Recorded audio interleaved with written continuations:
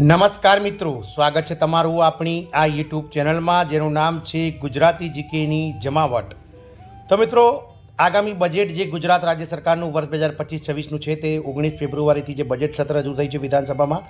તેમાં રજૂ થવા જઈ રહ્યું છે। ત્યાં બજેટમાં તો મિત્રો રાજ્ય સરકારના માનદ વેતન મેળવતા કર્મચારીઓ જેવા કે આશા વર્કર્સ, ફેસિલિટેટર બહેનો અને આંગણવાડી કાર્યકર, તેડાગર બહેનો વગેરે આજરોજ મિત્રો અમદાવાદ ખાતે જે છે તે આગામી બજેટમાં પોતાના પ્રશ્નોના સમાવેશની માંગ સાથે રેલી અને સંમેલનનું આયોજન કરી રહ્યા છે। તો જાણીએ વિડીયોમાં વિગતવાર કે શું પડતર માંગણીઓ છે આ કર્મચારીઓની અને સરકાર જે છે તે મિત્રો શું આ કર્મચારીઓ માટે જાહેર કરે બજેટમાં તેવી માંગ આ આંદોલન કરીને કર્મચારીઓ કરી રહ્યા છે, તેને લઈને વિડીયોમાં વિગતવાર ચર્ચા કરીએ। તો વિડીયોના અંત સુધી આ બન્યા રહો અને જો ચેનલમાં તમે નવા હો તો અમારી ચેનલને તમે લાઇક, શેર, સબસ્ક્રાઇબ કરી બાજુમાં રહેલું બેલ આઇકોન દબાવી ઓલ નોટિફિકેશન ઓન કરો, જેથી કરીને ચેનલ પર મૂકવામાં આવતા વિવિધ ભરતીઓના નોટિફિકેશન, વિવિધ ભરતીઓના પરિણામ તેમજ મિત્રો આવા આંગણવાડી આશા વર્કર્સ બહેનોના જે પગાર વધારાના ન્યૂઝ છે તે તમને સરળતાથી અમારા ચેનલના માધ્યમથી ઉપલબ્ધ થઈ જાય। તો મિત્રો આજે જે છે તે મિત્રો અમદાવાદ ખાતે જે છે તે જે આંગણવાડી કર્મચારી છે, આશા વર્કર્સ કે જેઓ આરોગ્ય વિભાગ અને મહિલા અને બાળ વિકાસ વિભાગના નેજા હેઠળ કામ કરે છે અને જેઓ માનદ વેતન મેળવી રહ્યા છે, સરકાર દ્વારા જે છે તે મિત્રો આ કર્મચારીઓના ઘણા લાંબા સમયથી જે પડતર માંગણીઓ જેવી મુખ્ય માંગણી કે જે પગાર વધારાની છે તેને લઈ અને મિત્રો કોઈપણ જાતની જાહેરાત બજેટમાં કરવામાં નથી આવતી। ગત 1 ફેબ્રુઆરીના રોજ કેન્દ્રીય બજેટ રજૂ થઈ, પરંતુ આ આઈસીડીએસ પ્રોજેક્ટ અને આશા વર્કર પ્રોજેક્ટ જે છે બંને મિત્રો કેન્દ્ર સરકારના પ્રોજેક્ટ છે, પરંતુ સરકાર દ્વારા વર્ષ 2018થી આ જે બહેનો છે તેમના પ્રત્યે ઉદાસીનતા દાખવવામાં આવી રહી છે। આંગણવાડી કર્મચારી, કાર્યકર, તેડાગર બહેનો અને આશા વર્કર બહેનો તેમજ ફેસિલિટેટર બહેનો આ તમામ જે કર્મચારીઓ છે તેઓ મહિલા કર્મચારીઓ છે અને આ મહિલા કર્મચારીઓ સામે જે સરકાર જે રીતે મિત્રો એમના પગાર વધારા તેમજ વિવિધ માંગણીઓને લઈ અને જે ઉદાસીનતા દાખવી રહી છે તેને લઈને આજરોજ મિત્રો જે છે તે આંદોલન અને રેલીનું આયોજન અમદાવાદ ખાતે કરવામાં આવ્યું છે। તો રાજ્યની આંગણવાડી વર્કર તથા આશા વર્કરના લાંબા સમયથી પડતર પ્રશ્નો ઉકેલાયા ન હોવાથી આગામી બજેટમાં તેમના પ્રશ્નોનો સમાવેશ કરવામાં આવે તે માટે આજે વિશાળ રેલી અને સંમેલનનું આયોજન કરવામાં આવ્યું છે। તમામ બહેનો આજે અમદાવાદ કલેક્ટર કચેરી ખાતે એકત્ર થઈ ત્યાંથી રેલી સ્વરૂપે જૈન દેરાસર પાછળના ભાગ સુધી જશે અને ત્યાં સંમેલન મળશે, જેમાં આગામી કાર્યક્રમોની જાહેરાત કરાશે। પગાર વધારા સહિતના અનેક પડતર પ્રશ્નોને લઈને છેલ્લા ઘણા સમયથી રજૂઆત કરવામાં આવી હોવા છતાં હજુ સુધી કોઈપણ નિરાકરણ ન આવ્યું હોવાની ફરિયાદ ઉઠવા પામી છે। પ્રાપ્ત માહિતી અનુસાર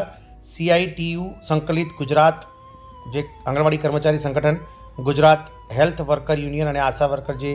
યુનિયન છે તેના નેજા હેઠળ આજે છે તે મિત્રો આ વિશાળ સંમેલન યોજવામાં આવી રહ્યું છે અને બાળ વિકાસ વિભાગની જે કામગીરી બજાવતી ગુજરાતની 1 લાખ આંગણવાડી કાર્યકર બહેનો અને હેલ્પર બહેનો તેમજ ગુજરાતના આરોગ્ય વિભાગની હેઠળ સેવા આપતા આશા વર્કર બહેનો કે જેઓ એક થઈને આજે મિત્રો સરકાર સામે આ દેખાવ કરી રહ્યા છે અને આગામી જે 19 ફેબ્રુઆરીએ બજેટ સત્ર જે રજૂ થઈ રહ્યું છે વર્ષ 2025-26 માટે ગુજરાત રાજ્ય સરકારનું વિધાનસભામાં, તો આ બજેટમાં મિત્રો નાણામંત્રી દ્વારા ક્યાંક ને ક્યાંક જે ગત બજેટમાં મિત્રો આંગણવાડી કર્મચારી આશા વર્કર બહેનોના પગાર વધારાની વાત થઈ હતી તેને મિત્રો વાચા આપીને આ વખતે તેનો ઇમ્પ્લિમેન્ટ કરવામાં આવે અને કર્મચારીઓના પગાર વધારાની વાત બજેટમાં તેઓ સમાવેશ કરે તેવી માંગણી સાથે મિત્રો આ આંદોલન કરાઈ રહ્યું છે। આંગણવાડી વર્કર તથા આશા વર્કરની માંગણીઓનો અવાજ ગુજરાત સરકાર સુધી પહોંચાડવા માટે આજે બપોરે 12 વાગે જે સુભાષ બ્રિજ પાસે આવેલી જિલ્લા કલેક્ટર કચેરી પાસે એકત્ર થઈ સાબરમતી પુલ ઉપરથી સાબરમતી બેંક પાર્ટી પ્લોટ ખાતે જૈન દેરાસર પાછળ વિશાળ સંમેલન યોજાઈ રહ્યું છે। આ સંમેલનમાં આગામી કાર્યક્રમો પણ જાહેર થયા હતા। આ રેલીમાં ગુજરાતના મોટાભાગના જિલ્લાઓમાંથી જે આંગણવાડી અને આશા વર્કર બહેનોએ ભાગ લીધો હતો। કેન્દ્ર સરકારની આ યોજનાઓ હોવા છતાં, રાજ્ય સરકારની ભાગીદારી હોવા છતાં છેક વર્ષ 2018માં તેઓના વેતનમાં કેન્દ્ર સરકાર દ્વારા કોઈપણ વધારો કરવામાં આવ્યો નથી। હાલમાં કેન્દ્ર સરકાર દ્વારા આંગણવાડી કાર્યકર બહેનોને માત્ર 4,500 રૂપિયા, હેલ્પર્સ એટલે કે તેડાગર બહેનોને માત્ર 2,250 રૂપિયા, આશા વર્કર બહેનોને 2,000 રૂપિયા અને ફેસિલિટેટર બહેનોને 6,000 રૂપિયા જે છે તે મિત્રો વર્ષ 2018થી કેન્દ્ર સરકાર દ્વારા આ માનદ વેતનમાં હિસ્સો આપવામાં આવી રહ્યો છે।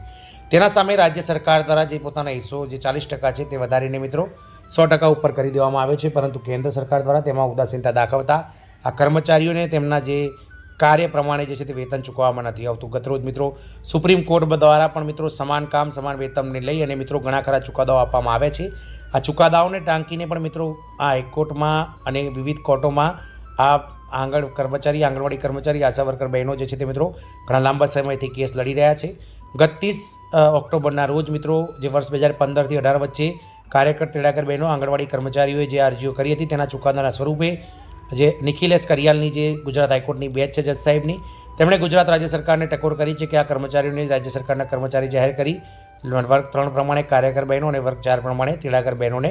લઘુત્તમ વેતન આપવાની મિત્રો તેમણે ઓર્ડર આપ્યો છે. 30 એપ્રિલ સુધીમાં સરકારને જવાબ રજૂ કરવાનું કહ્યું છે. ક્યાંક ને ક્યાંક મિત્રો આ બજેટમાં સરકાર દ્વારા હાઈકોર્ટના આ જે ઓર્ડર છે તેનું પાલન કરી અને ગુજરાતમાં લાખો આંગણવાડી કાર્યકર બહેનો, તેડાગર બહેનો અને આશા વર્કર ફેસિલિટેટર બહેનોના જે માનદ વેતનના વધારાને લઈ અને બજેટમાં કંઈક ને કંઈક સમાવેશ કરશે તેવી આશાઓ જાગી છે. કારણ કે જો સરકાર આ બજેટમાં કંઈ રજૂ નહીં કરે તો તેને 30 એપ્રિલ સુધીમાં જે ગુજરાત હાઈકોર્ટ દ્વારા જે ઓર્ડર કરવામાં આવે છે તે પ્રમાણે પોલિસી બનાવી અને લઘુત્તમ વેતન જે ગુજરાતમાં હાલ ચાલી રહ્યું છે વર્ગ 3 પ્રમાણે 18,000 રૂપિયા અને વર્ગ 4 પ્રમાણે મિત્રો 21,000 રૂપિયા 14,000 રૂપિયા તે કરી આપવું પડશે આ તમામ કર્મચારીઓને. તો મિત્રો જોવાનું એ રહેશે કે મિત્રો આજ રોજ અમદાવાદ ખાતે જે આ આંગણવાડી કર્મચારી અને આશા વર્કર્સ તેમજ ફેસિલિટેટર બહેનોનું જે સંમેલન મળ્યું છે તે સંમેલનમાંથી ક્યાંક ને ક્યાંક સરકાર સુધી તેમની વાતો પહોંચે અને આગામી 19 ફેબ્રુઆરીથી રજૂ થનારું બજેટ સત્રમાં નાણામંત્રી અને આ જે આશા વર્કર બહેનોના આરોગ્ય વર્ગ વિભાગ અને મહિલા અને બાળ વિકાસ વિભાગ આંગણવાડી કર્મચારીઓના આ વિવિધ જે વણ ઉકેલા પ્રશ્નો છે તેમને વાચા આપે તેવી આશા. જય હિન્દ અસ્તુ.